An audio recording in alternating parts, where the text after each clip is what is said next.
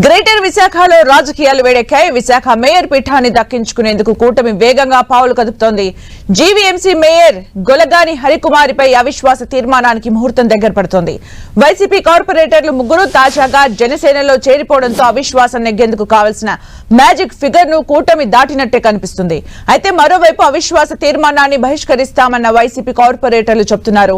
కూటమికి ఓటు వేయకుండా వైసీపీ అధిష్టానం విప్ జారీ చేసే అవకాశం కనిపిస్తోంది. ఇదే సమయంలో వైసీపీకి మరో ఎదురు దెబ్బ తగిలింది. విశాఖ 6వ division YCP corporator GVMC YCP chief whip Muttamsetti Priyanka ఆ పార్టీకి రాజీనామా చేశారు. ఆమె మాజీ మంత్రి ముత్తంశెట్టి శ్రీనివాసరావు కుమార్తె. అవిశ్వాస తీర్మానానికి సంబంధించిన సమావేశానికి సరిపడా సభ్యులు హాజరయ్యేలా కూటమి పావులు కదుపుతోంది. 72 మంది సభ్యులతో ఉన్న కూటమి బలం 74వ వార్డు కార్పొరేటర్ తిప్పల వంశీరెడ్డి చేరికతో 73కు చేరింది. అవిశ్వాస సమావేశం నిర్వహించడానికి 74 మంది సభ్యుల కోరం ఉంటే సరిపోతుంది. అయినా అదనంగా కార్పొరేటర్లను తీసుకోవాలని కూటమి నాయకులు భావిస్తున్నారు.